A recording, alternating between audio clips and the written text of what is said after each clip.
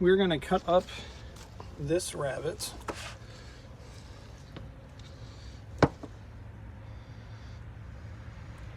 And clean it up so we can get ready to cook it. So on rabbits, what I do is I like to follow the bones and the muscling of the animal itself. So we're going to be doing a first cut here on this hip and then come up along the spine.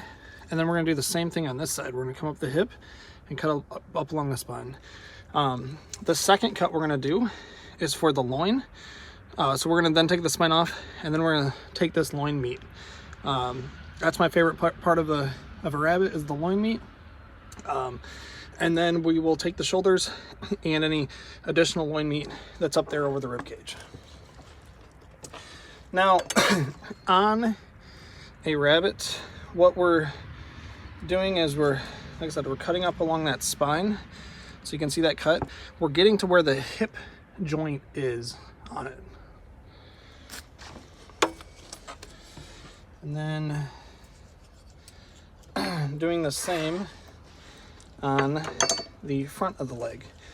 Then if we take it and we twist the rabbit, the hip will actually just pop out and will come off just like that.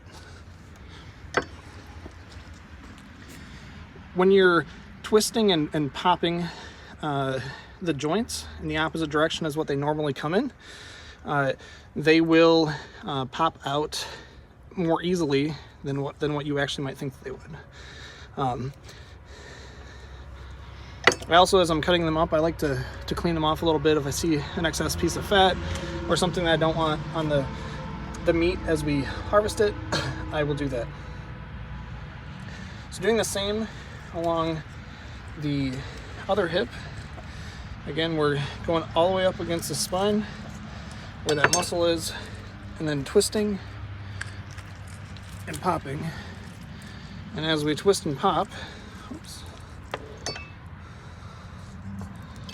And as we twist and pop, the muscle comes, or the hind leg comes right out.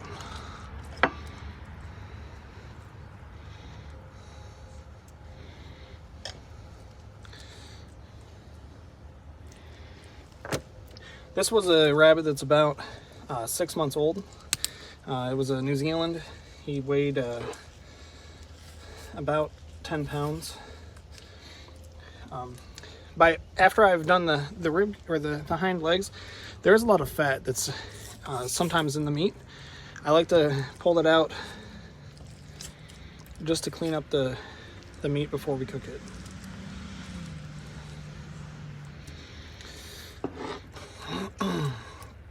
So then the spine here, if we pop it, it will twist right off as well.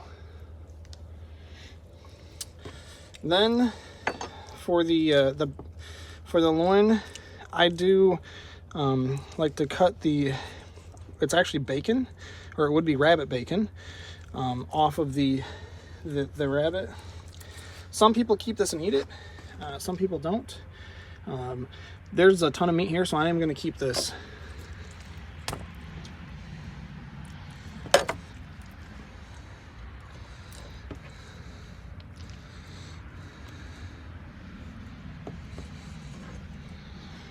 You can see there's a lot of meat there. All right, now the rib cage. We're trying to find the last rib. Then when we find the last rib, we're wanting to cut into it. And we're going to do that on both sides. And you can see if we didn't cut it all the way through on the top, you just want to follow that cut through on the top. And so then you have the loin just by itself. And then if you twist it, it will actually just come apart just like that.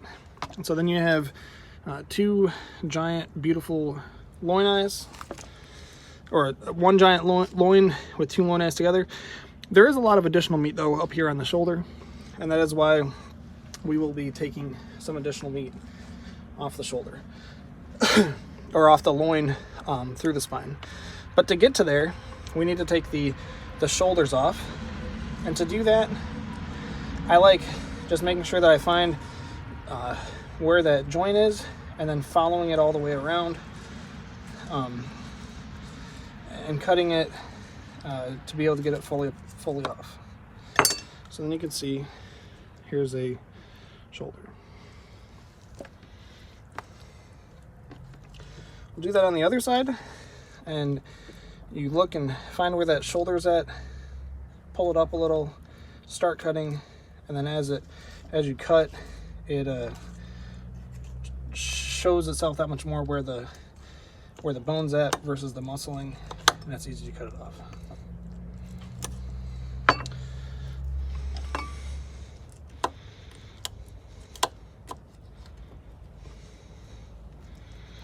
If there's a piece of fat, I will definitely take it off if I didn't want it onto my final meat. So now back to this loin. You're just trying to fillet along the bottom of the meat and along the spine to get as much meat as you can in one giant piece.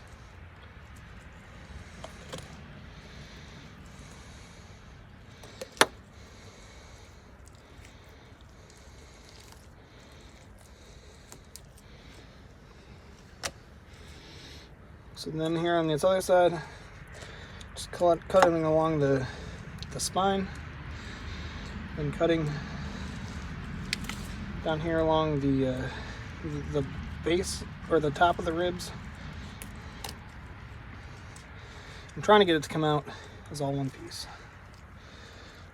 So then start on one side and just keep pulling and filleting the meat back.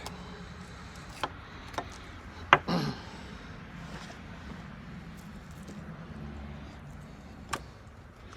with that, that's as much meat as I believe that we can get off of the carcass of it.